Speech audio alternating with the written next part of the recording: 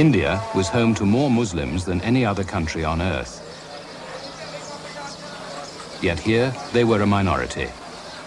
Britain's wartime need for allies was to give the Muslims the power to redraw the map of India.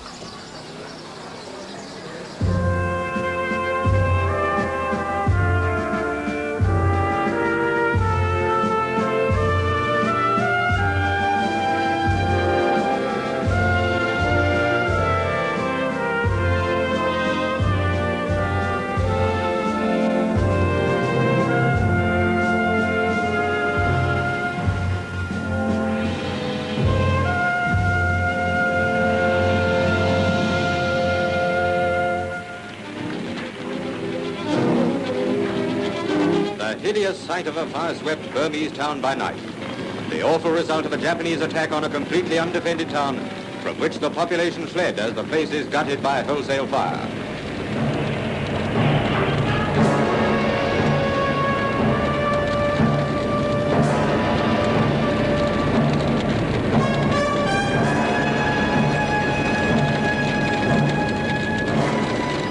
Summer 1942. The Second World War was going badly for Britain. The Japanese had overrun Malaya, Singapore, and now Burma.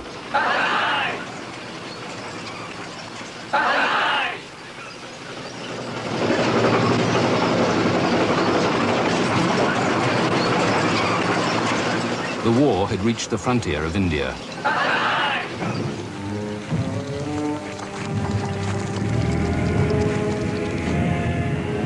Burma, India's neighbor, had no rail links with India, no proper roads.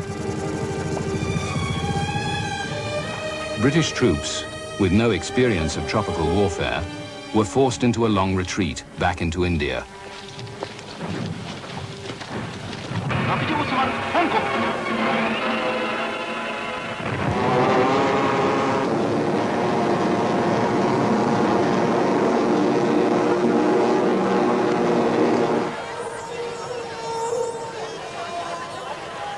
By May, the Japanese loomed over the subcontinent.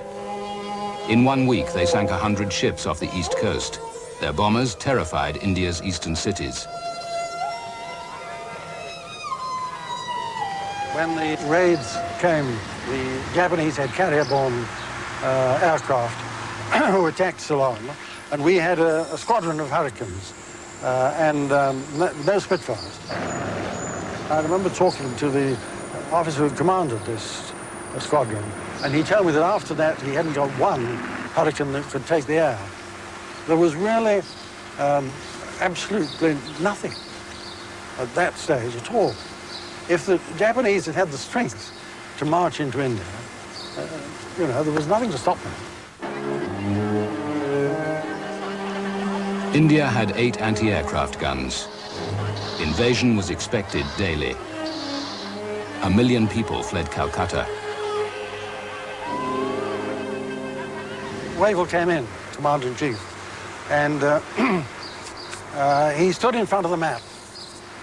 He was just going to go home, and he was just leaving office. He just came in and said, anything for me before I go? And he stood in front of the map and ruminated about the map. And he said, just imagine how stretched the Japanese must be at this moment. They've pushed on much quicker than they thought they could. They've taken all this enormous area from us and from the Dutch, and they've been right down to Singapore, and they've come right up to Burma. They must be stretched absolutely to the limit. If I had anything, I'd go for them now. I remember he said, if I had one division fit to fight, I'd go for them now. He said, look at him standing there like a little terrier in front of a rat, I thought. But I haven't got one division fit to fight. You see, we'd sent 2 divisions to Egypt by this time. We got the 4th and 5th Indian Divisions in Egypt. We'd sent an army to Malaya, which had got into the bag almost as soon as it got there. And we'd lost an army in Burma. We were really absolutely down to the bone. Indians, too, were in a dilemma. They disliked Hitler, but they didn't trust Britain's Prime Minister, Winston Churchill. Congress, India's largest independence movement, were divided. Some wanted action against the British. Others wanted to fight for Britain in return for a guarantee of independence. Congress turned to the Mahatma, the great soul, Mohandas K. Gandhi. He was the inspired leader of non-violent protest, which his followers repeatedly turned to violence. The head of British security showed the Viceroy, Lord Linlithgow, detailed evidence of Congress plans for disruption. The Viceroy decided he must act fast. He showed me files showing, and how they had it I don't know, but reports of committee meetings of Congress in various parts of the country in which assaults on police stations and on railways and so on were being planned. After which I said to Linlithgow, I'm entirely convinced, I think you've no alternative. Congress, at their August 1942 meeting, followed Gandhi. They demanded that the British should quit India. The next day, all the top leaders were arrested at dawn.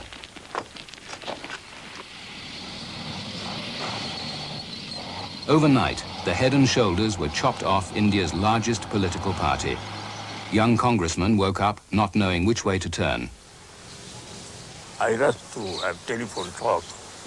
All lines disconnected. So we could not get contact with anybody.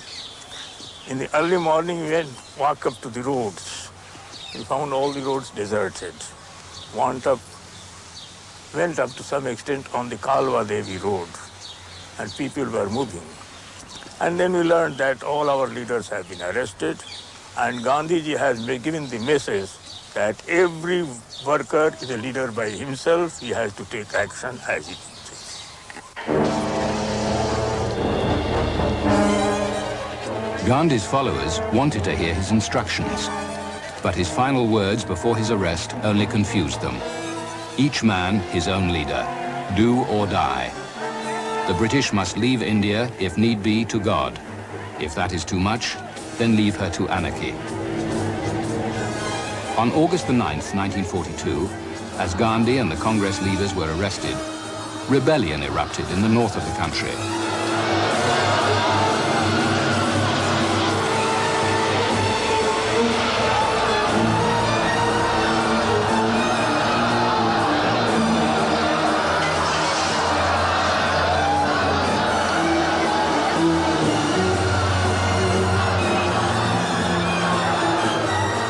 India's biggest steel plant stopped work.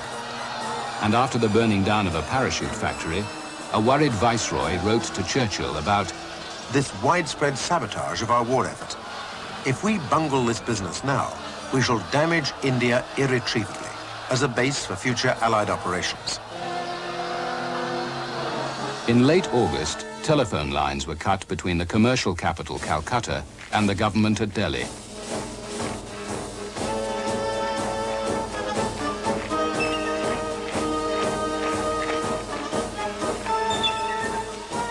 The rebellion turned many liberal-minded Englishmen into Congress haters. Their anger increased by the taunts of Congress radio. We used to shift from one place to another because the police were chasing us. So in all, we operated for about 6 months. And during this time, we changed 6 to 7 places. Every 15 days or 16 days, we used to change. We had our own call sign, and the reception also was very good. We used to begin like this, that this is Congress radio, calling from somewhere in India on 42.34 meters. The All India Congress Committee assures students who have left their British-controlled studies to take part in the Freedom Revolution that laws and ordinances now being promulgated by the tottering Indian branch of the British state will have no validity or application in the free state of India. The All India Congress Committee congratulates workers on strike for their unretreating determination not to resume work until freedom of India is achieved. The British were hard-pressed everywhere in 1942. No more Indian troops to Africa. The offensive to recapture Burma was delayed. The Quit India Rebellion took a month to suppress.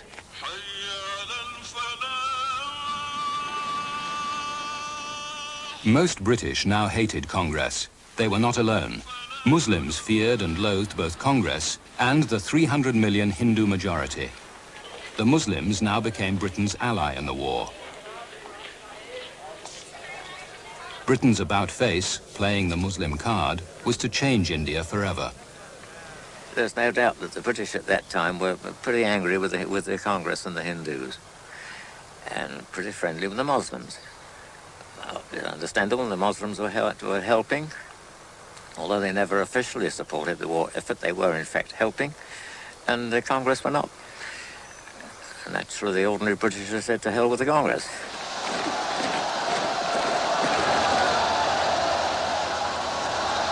The only all-India Muslim party, the Muslim League, had patchy support from the 90 million Muslims. Muhammad Ali Jinnah, its leader, now saw his chance to make the League the champion of Muslim India. With Congress leaders in jail, Jinnah could win British support. But he had to be careful. The League must appear as a nationalist party. Jinnah's best tactic was to demand a separate Muslim state in India, Pakistan. It was to be a haven in the northwest and the northeast, where the Muslims were a majority. It would be a Muslim homeland, freedom from Hindu Congress domination. Pakistan was a rallying cry, a slogan with mass appeal. Jinnah began to swing Muslim India behind him. Jinnah never lost his nerve.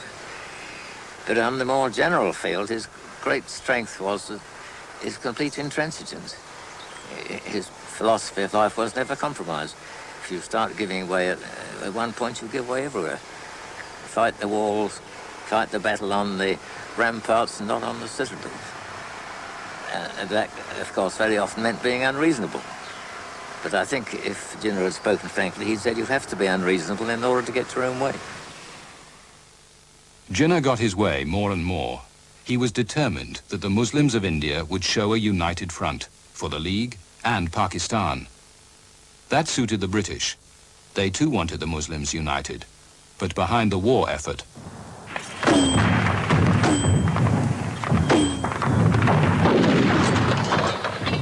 only in India, the reserve barracks, were there millions of men ready to fight for Britain worldwide. Britain could not afford to antagonize the Muslims, who made up a third of India's army. One person in 8 of everybody living in the Rawalpindi area is a soldier.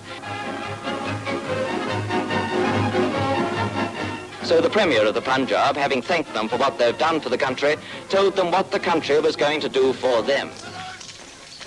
The British drew closer to the Muslims. Meanwhile, Jinnah took advantage of the Empire's wartime need for Muslim soldiers to advance the League. So the field was open for the Muslim Leaguers to go and explain their point of view to the Indian Muslims as such and to the people at large. And there Mr. Jinnah used to talk, sometimes he used to talk. I remember one speech of his which he made in Gujarat, and he said, why not we and the Congress join hands together and face the John Bull? You see, that type of speeches he also used to make those days, you see. And that's why he became more popular. That used to satisfy the anti-British sentiments of the Indian Muslims also. And his demand for Pakistan, his emotional appeal and all that, made him more popular. And indirectly, the British government, when they left them in the field, single-handedly, openly, that means that the British government, you see, encouraged them, you see, indirectly, not openly, indirectly, by giving them the open field. A free hand. A free hand, you see, in explaining their point of view to the people at large. The British thought Pakistan was just a harmless slogan to boost the League's popularity. Few took the demand seriously, or even believed Jinnah was serious about it. Meanwhile, behind the scenes, Jinnah was cooperative. So, behind the scenes, the British offered the League a helping hand.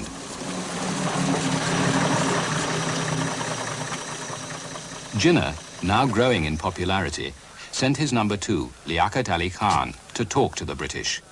He wanted to start a Muslim League newspaper, but he needed money. The Muslims were helping the war effort. They wanted to start a paper called Dawn. And we helped it by giving them advertisements. No direct subsidy, but giving them all kinds of government advertisements. Who approached you from the Muslims? Liaquat Ali Khan himself. And what happened? Oh, we gave him the advertisements. On a regular basis? Yes. Large sums of money? Enough to get the paper launched, is what it really came to. Was it agreed that both sides would keep quiet about this? I don't think we ever came to any tacit agreement about it, but it was obviously to the interest of both sides not to talk about it. Churchill was determined to maintain the support of the Muslims. In June 1943, he appointed a new viceroy. Lord Wavell had been Commander-in-Chief of the Indian Army.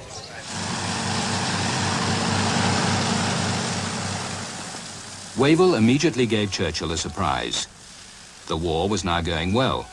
Wavell pressed for Congress and the League to be brought into the government at Delhi, while Britain still had power to shape events in India. He wanted Congress leaders out of jail and into government. The cabinet in London said no. Wavell wrote in his diary, "I do not believe these men face their fences honestly. They profess anxiety to give India self-government, but will take no risk to make it possible.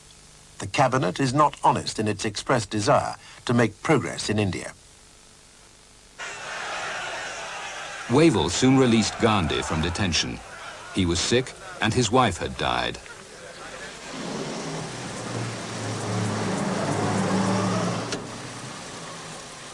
Pakistan was the talking point of India. Jinnah was now the undisputed leader of the Muslims. Gandhi left his prison cell and immediately went to meet his arch-rival. It was a turning point for the Muslim League. I remember distinctly that after every meeting, I used to give him a sort of resume of what was happening, and then he would ask me, well, what is Mr. Gandhi doing? Because Gandhi had only recently then been released from jail, and they were both of them trying to keep track of each other's footsteps.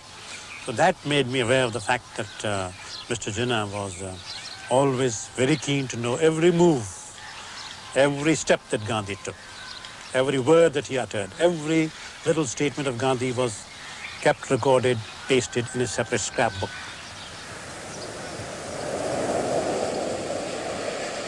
Gandhi, the master of publicity, had made a mistake. By simply talking to Jinnah, he forced the world's press to treat them as equals. Gandhi brought the Muslim League the public attention that Jinnah himself could never have won. Mr. Gandhi told Mr. Jinnah, well, Jinnah, you have mesmerized the Muslims.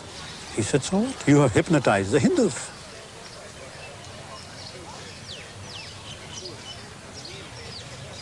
Naturally, the Gandhi-Jinnah talks attracted the whole world. It gave Mr. Jinnah a very good opportunity to tell the world what he wanted and explain to the world the stand of the Muslim nation. And Mr. Gandhi, at the same time, also, I think, got an argument that he tried his best. Gandhi reluctantly moved some way towards the Pakistan idea. Jinnah said no, it was not enough. While Gandhi put on a brave smile, the triumph was Jinnah's. They had nothing to give to one another, except future promises and good hopes, maybe. The deadlock confirmed Wavell's view that Indians excluded from government would argue forever. He wrote to Churchill, "I am bound to say, after a year's experience in my present office, I feel that the vital problems of India are being treated by His Majesty's government with neglect, sometimes even with hostility and contempt." Wavell wanted to come home to put his case. Churchill refused. When he finally agreed, he kept the Viceroy waiting for 2 months before seeing him. The unfortunate Wavell couldn't even arrange an interview with any of the Indian political leaders without asking the permission of Churchill, who in fact ran Indian policy and decided what Wavell should and should not do. Churchill's own view about India was that we should hold on as long as possible and only make concessions to Indian constitutional advance if the pressure became so strong that we couldn't do otherwise. Wavell found his position untenable in the sense that he was trying to carry out a policy in India which was directly contrary to the policy that was desired by his political masters. In May 1945, the European war ended.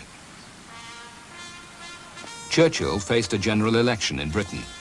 If Wavell resigned, India would become an election issue.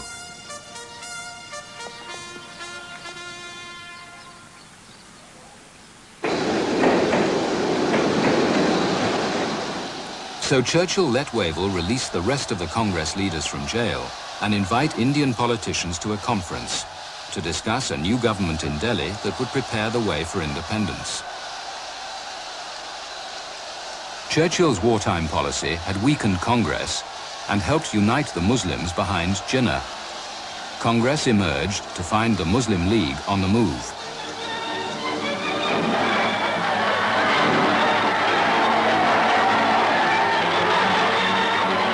Shouting and cheering, the public gave Nehru a terrific welcome.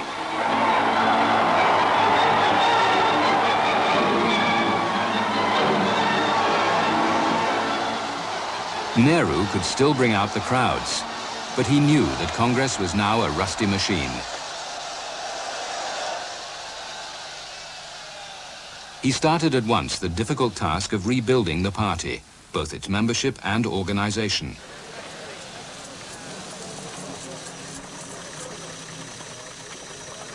Wavell called the Indian leaders to the Viceroy's summer retreat at Simla in June 1945. He hoped that the conference would create a united government of Muslims and Hindus. With the British election set for July, Wavell tried to push India forward before a new government at home took office. Meanwhile at Dada, Pandit Nehru addressed a mammoth gathering.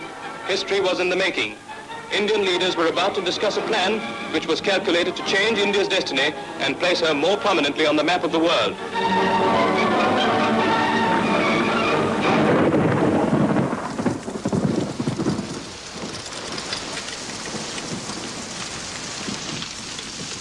At Simla, Indian leaders met to discuss Lord Wavell's solution of the political deadlock.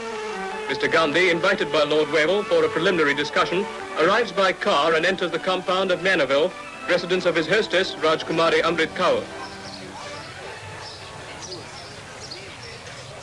Wavell's plan was a bold one. A government composed entirely of Indian politicians, except for the Viceroy and Army Commander-in-Chief, would pave the way for a transfer of power to Indian hands. But Churchill's wartime encouragement of the Muslims had changed the political balance in India.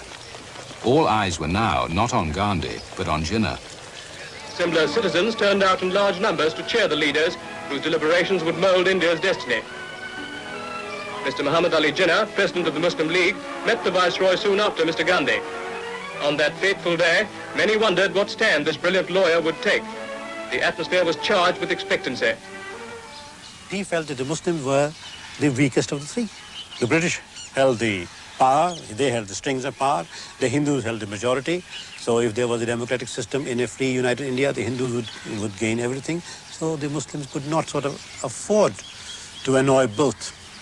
But Mr. Jinnah, he had a bit of a gambler in him. He took the risk. Wavell was generous to the Muslims. Though only a quarter of India's population, they were offered as many places in his new executive council as the Hindus.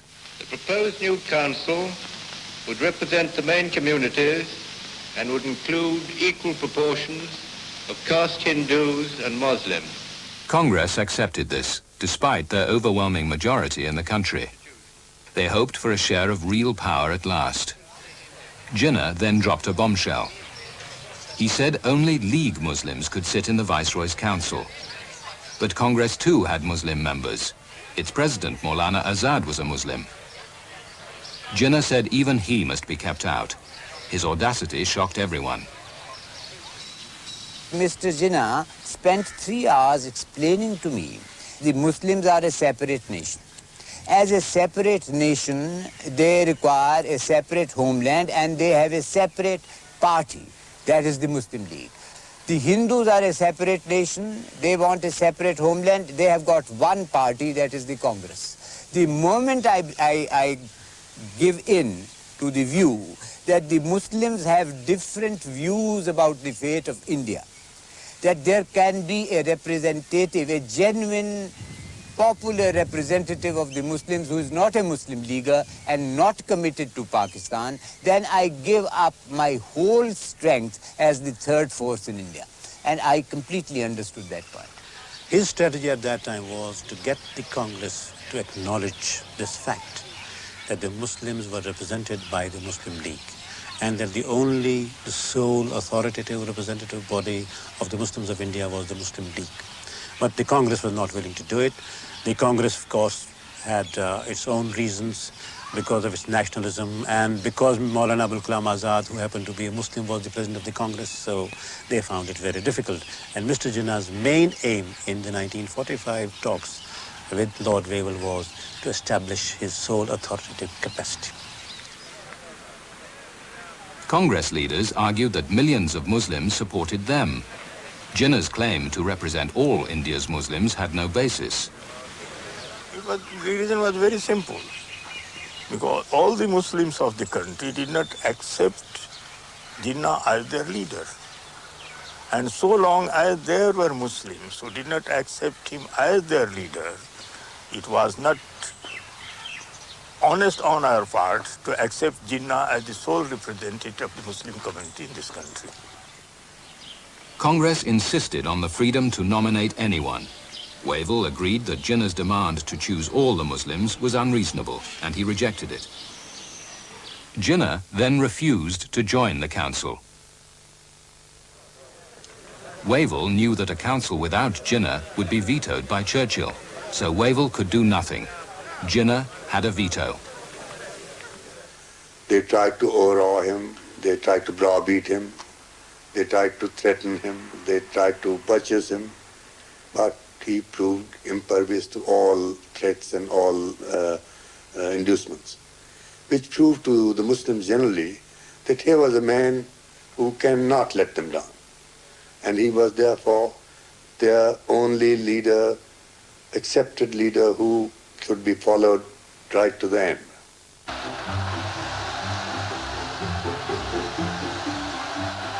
The crowds danced in Piccadilly. The war was over at last. For the city which for the whole duration of the war had been in the front line of battle, this was deliverance indeed. The men and women of the home front rejoiced for their allies of the United Nations in a tidal wave of emotion too deep for words.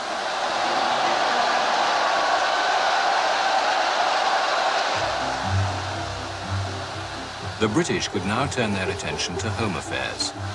The Labour Party had won the election. They promised domestic reform. Imperial greatness was on the way out, the welfare state on the way in. Another great cheer greeted the forces of India, whose magnificent fighting record is now saluted by Britain and her people. Gurkhas, Sikhs, Marathas, all were there, the men for whom this triumphal march was the fulfillment of all their hard-won victories. London gave these men from the hills and plains of India a very special cheer.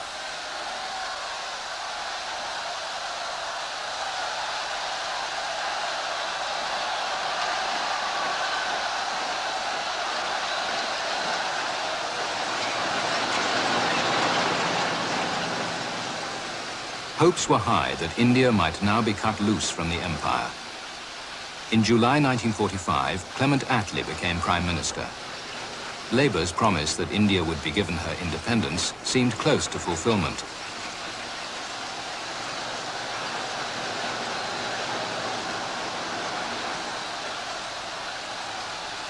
But despite the cheers and victory parades, Britain was exhausted by 6 years of fighting. The huge conscript army were clamouring to get out of uniform. Soldiers wanted to come home from India and from all over the world. Well, the most visible evidence, I suppose, was the rapid departure of British troops from India, which built up to a rate of about 1 division a month. They were visibly going, and there was no way by which a Labour government or the troops themselves would have been willing to delay their departure. Just as soon as shipping was available, they wanted out.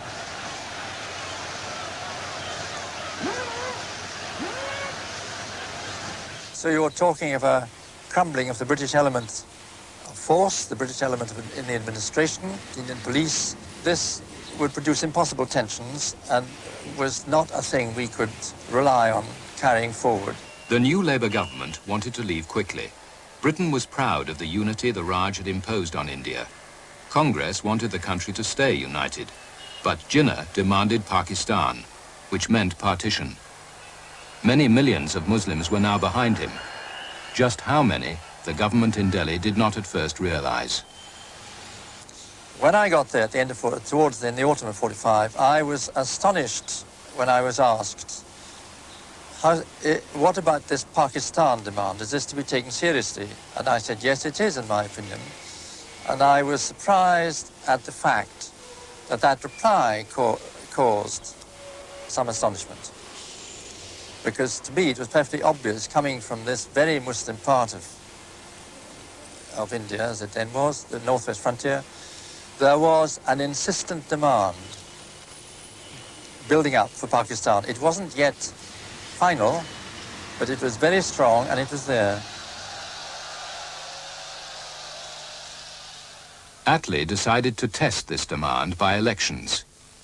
Jinnah's claim and his demand for Pakistan were put to India's voters. In the cool weather early in 1946, the campaign was bitter and often violent. The Muslim League fought the election on a platform of one word, Pakistan.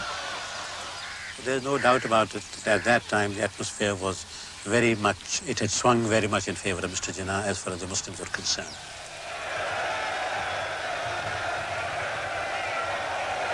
He addressed a public meeting where at least 1 million people were collected. The Muslims wanted to come and see him and just to see his face. They knew what he was talking without understanding. I think they had established sort of a wavelength. Jinnah was not an impressive personality at long distance. He was a stick-like man. In other words, he was ascetic, he was very thin. He had a sort of Lazarus-type appearance, bloodless. He had a rapier-like mind. He was very fanatical in his pursuit of Pakistan, but he didn't seem to be able to speak the language. He addressed his congregation in English.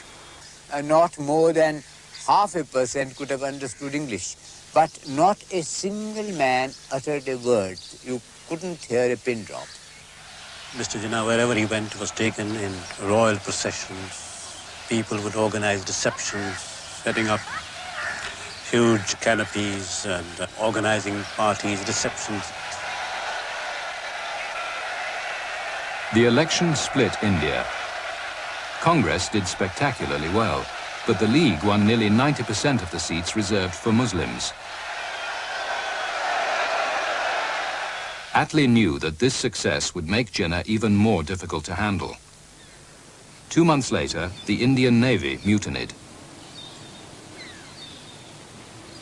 Then the British were forced to abandon the trials of Indian soldiers who had fought for the Japanese.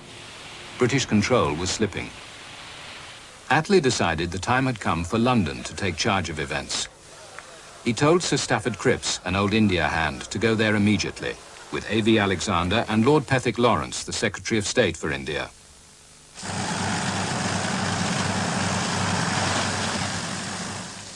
The cabinet mission arrived in March 1946. Their job, to secure a peaceful British exit. Almost any arrangement the Indians could agree on would do. Pethick Lawrence, at 75, was quickly dubbed Pathetic Lawrence. The cabinet mission hoped to safeguard British defence and trade worldwide. For that, Indian unity, one strong country, not partition into two, was the British aim. At New Delhi, the three-member cabinet mission begins its historic quest to find a solution to India's political deadlock. One of the largest press conferences in Indian newspaper history, with reporters from many countries present, was held as a preliminary to the talks.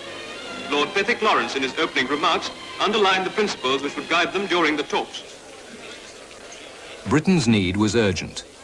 A weakened post-war Britain needed the Congress and the League to agree quickly on a transfer of power to Indian hands. The mission has declared that it has come with no set plan for action. Already invitations have been sent to all prominent political leaders, asking them to explain their points of view to the cabinet ministers. And as we go on the screen, prominent leaders are reported to be on their way to Delhi. The cabinet mission arrived to break the deadlock left by Jinnah's unyielding demands at the Simla conference. Lord Wavell joined them in a task he had warned for 3 years would become harder the longer it was delayed. The Muslims had been Churchill's allies in the war. Now, by demanding partition and Pakistan, they became the cabinet mission's main problem. Jinnah was the obstacle to the united independent India that Attlee wanted. Congress, wartime villains, were now in agreement with the British government. Both wanted to keep India as one country. The more the cabinet mission examined the fine print of partition and understood what Pakistan would mean, the more they saw the virtue of Indian unity. From the official statements that have been made, a few important facts emerge. The Muslim League demand for Pakistan is the crucial problem, and much of the discussion will center around this point. After sweating it out in the Delhi heat, the three Magi, as Wavell called them, withdrew to the cool hill station at Simla. There they met Gandhi, whose influence over the masses was still immense. Cripps made particular efforts to secure Gandhi's agreement, though by now he was not even a member of Congress. So Gandhi arrived. I mean, he said, because I'm not really taking part in the discussions, he said, but I have appointed myself as advisor to the British nation through the cabinet mission. Cripps was terrified of Gandhi. He admired him and he felt he ought to like him. Cripps was a marvellous man, a very moral man, and Gandhi's speciality was, of course, morality. Somehow or other, Gandhi got under his skin and he could never quite cope with him. And once when Cripps was taken ill, during the period of the cabinet mission, being taken to hospital, he said to me, for goodness sake, don't let that awful man come and see me in hospital. The mission were not sure who to talk to in Congress. Some advised that Nehru was now the key figure. Others said that the President, Azad, spoke for them. Cripps felt that Gandhi was still the driving force, though as usual, Gandhi was quite unpredictable. There was a period during the negotiation when Gandhi declined to have anything further to do with it. All the cabinet mission had to do was to quit India, and if there was going to be a civil war, it was God's will, and on the whole he thought it was God's will. But after a lot of pleading, he said, all right, I'll come and see you on Thursday morning. So he arrived at one of these kind of Sunningdale houses on the Viceregal estate, sat in a very English type of drawing room, sitting up on the sofa, and these three cabinet members, quite old they were, quite distinguished, had come 5,000 miles, sat facing him, and they started talking to him. And this went on for some time. They got no answer. Then he handed them a piece of paper. This is my day of silence, but please go on talking. And they went on talking, and all they got were little notes saying things like, he who gives quickly gives twice. Jinnah, like Gandhi, gave little away. He was now the bigger puzzle. Did he really want Pakistan? Would he settle for less? He used his old tactic of not budging an inch, confident of concessions by others. He was waiting. He was waiting because he was not sure whether the British government were prepared to disclose their hand. He had to wait because he was not sure of the Congress. And of course he had to wait because if he called his hand too early, he could have just exposed himself. Or if it was too late, then it would have been just too late. The Muslim League was the weakest party, but Jinnah controlled it completely. Unlike the Congress negotiators, he could demand whatever he wanted. He would always say he wanted the whole thing and nothing but the whole of Pakistan. And when you said to him, but how are you going to run this economically and it's going to be very difficult, he would say, oh, just leave it to me. Give me the Pakistan and we'll see how well we'll run it. How much was that a politician's gambit not to spell out what he wanted? Very much a politician's gambit. He was a very tough negotiator and he was very determined to stick to saying one thing the whole time and not to be trapped into concessions and complications and all the rest of it. The mission finally hammered out an agreement for independence. An Indian government in Delhi would keep control over taxation and defense. The provinces would be given generous powers and they could form into groups, almost giving the Muslims Pakistan. It was a loose federation, a united India which preserved Muslim interests.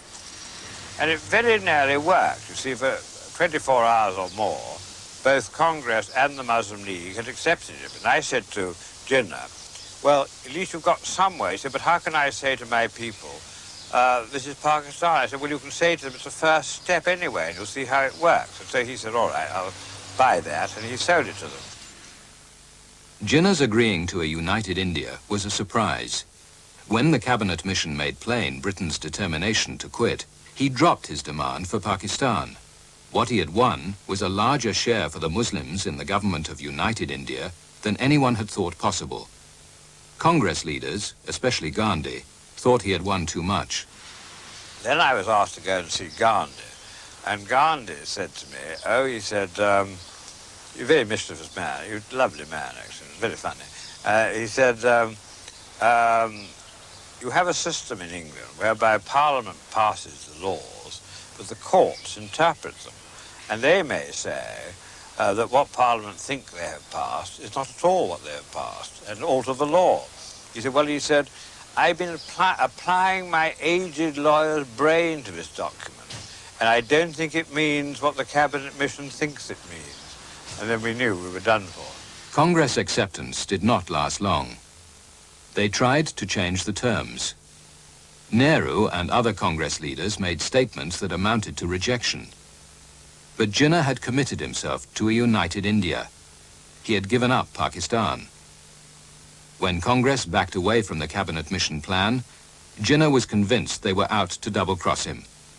Angrily, he changed tactics. He declared, "We have forged a pistol. We bid goodbye to constitutional methods." August the 16th, he called a day of action. In Calcutta, the League held a demonstration. Then the Muslims began 3 days of mass slaughter, the Calcutta killings.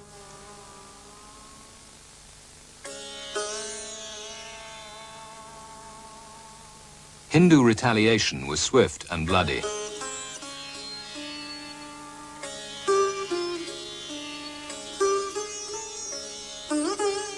When the killings were over, 4,000 to 5,000 lay dead, putrefying in the monsoon heat. A week later, when the army had put a stop to the looting and murder, the stench of death still hung over Calcutta. The Muslim flag is much in evidence in certain areas, though of course in some districts Muslims and Hindus literally live on opposite sides of the same street. However futile and distressing, it's really not surprising that communal clashes still occur. British troops, these are infantrymen of the Yorks and Lancs driving Stuart tanks in a Muslim area, are regarded as a reassuring asset in this tense situation. The killing sparked retaliation far and wide. The murder launched by Jinnah's Day of Action continued in other parts of India for 16 months.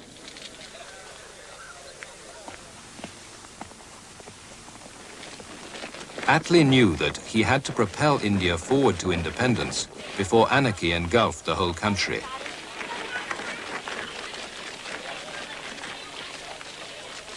In September 1946, the Viceroy set up an interim government with Nehru as chief minister. The Muslim League refused to join and boycotted it. The interim government was duly sworn in, and Mr. Nehru presided over the first cabinet meeting. Mr. Nehru emphasized the vital importance of cooperation among all Indians. But when he and his colleagues assembled on the balcony of the Viceroy's house, they had a mixed reception, though it's reported that cheering almost drowned the Muslim cries of "Long live Pakistan."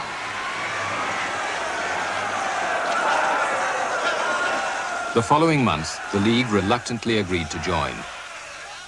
The Muslims went in to protect themselves from being isolated from negotiations with the British. It didn't go in a spirit of cooperation of running a smooth federal government of united India with the Hindus, because that would have been a complete negation of what we had always been saying is impossible. The Muslim League Minister Abdul Rab Nashtar was in charge of communications. Naturally, he wanted to be informed of what was going on inside the Congress party. The easiest way was for him to organize bugging at the telephone exchange. So the Muslim members of the interim government, or one of them at least, was bugging the telephones of a Congress member of the same government? Of all the Congress ministers, he had got all the telephones bugged. And I'm not sure whether even the Viceroy's telephone was not bugged by him. The interim government, intended as a coalition, was now two warring groups. Wavell was near to despair. One day, towards the end of August, when I was riding with him, he said that next month I finished 3 years in this job. And I said to him, how do these 3 years compare with the earlier 3 years you had in the Middle East? He said, there's no comparison. I knew something about that job. Did he really feel out of his depth like that? I think he was beginning to feel that the situation was getting beyond his resolution, his powers of resolving it. Do you think London felt that as well? Yes, I think London began to feel that too. And I don't know at what point they began thinking of a successor, but I would guess it was from that autumn. In December 1946, Attlee summoned the Viceroy and the Indian leaders to London in a desperate effort to get the League and Congress to cooperate.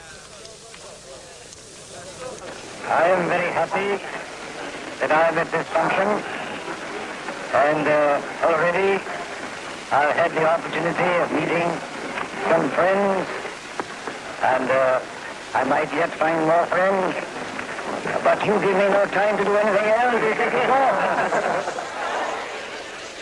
The talks got nowhere. Attlee decided on drastic action. When this complete impasse had been reached, we decided that the only hope was to send out another viceroy. If we were putting all our faith in the possibility of persuading the Indian leaders to agree about the future of India, we had to send someone out with the personality that was most likely to achieve our objective.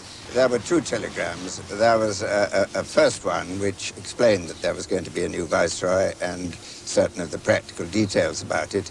And then they were cipher telegrams, of course. And then it said at the end, name follows in name in my following telegram. And then the follow-up telegram simply had the one word, Mountbatten.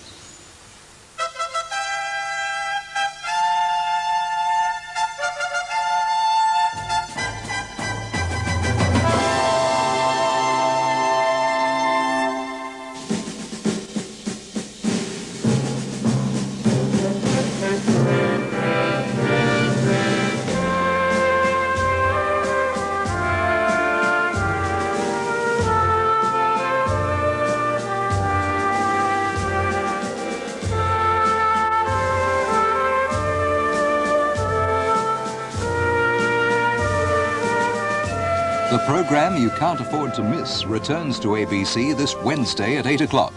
The Investigators.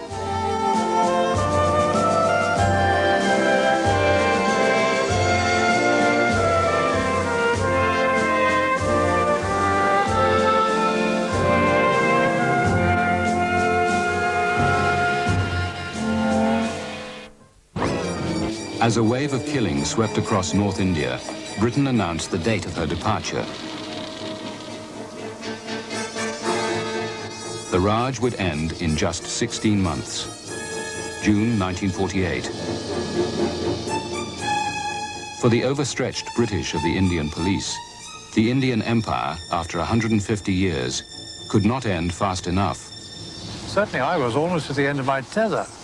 We've been rioting since November 1946, with practically no rest, no sleep.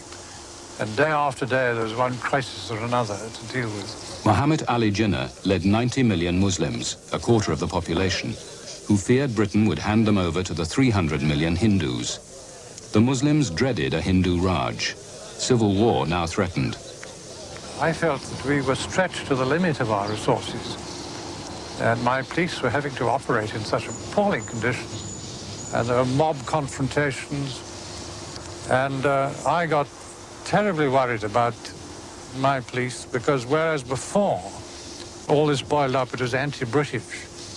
Now they realized, the crowds realized that we were determined to grant independence, and it became virulently a case of hatred between the communities. The violence engulfed 5 huge provinces of northern India. The Hindu majority in one village, hearing of their kinsfolk killed in another, turned on the few Muslims in their midst. Rumor spread the infection of slaughter. The province of the Punjab was to be the heart of Pakistan, the homeland the Muslims wanted carved out of India. Around the capital, Lahore, Muslims were the majority. Here they felt secure.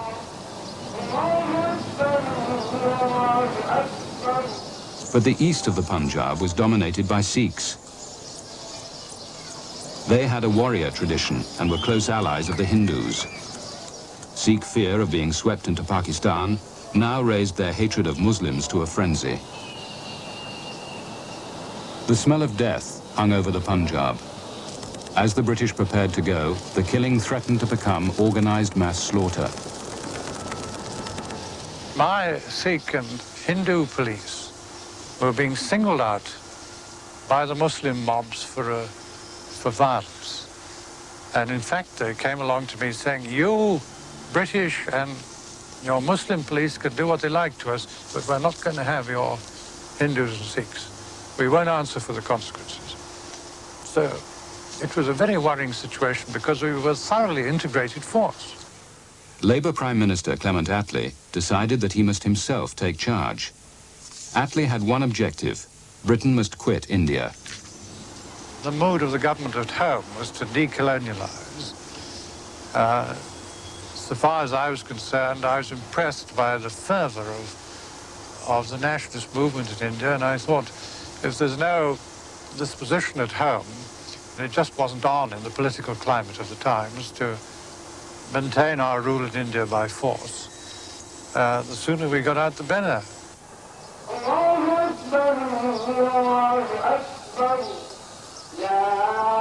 Britain's capacity to dominate India had been drained by 6 years of war. The British presence had been cut to the bone. Half the district officers were Indian now.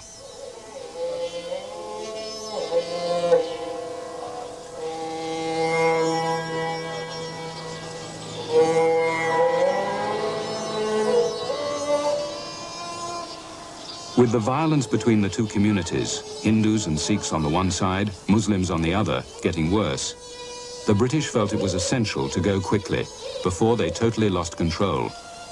The danger was worst in Lahore. The Muslims got up on their roofs and they were shouting to each other across the rooftops the Urdu word for beware, khabardar, khabardar.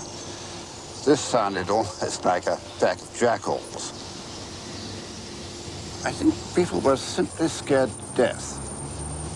People who'd been living quite peacefully for many years, Muslims at one end of the street, Hindus or Sikhs at the other, they suddenly found that they couldn't trust their neighbors. They were really terrified of being bombed or shot at or having a house set fire to. There was a sort of snowball effect of fear spreading right through the city in Lahore, and the same thing, I think, happened in Amritsar and other big cities in the Punjab. It was very awful to watch it happen.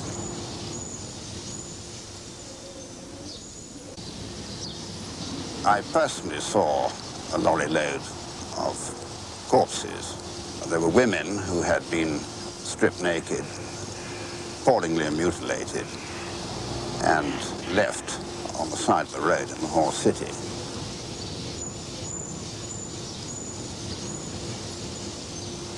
Since they were Muslim women, I could only assume that they had been murdered by Sikhs or Hindus. Muhammad Ali Jinnah led the Muslim League.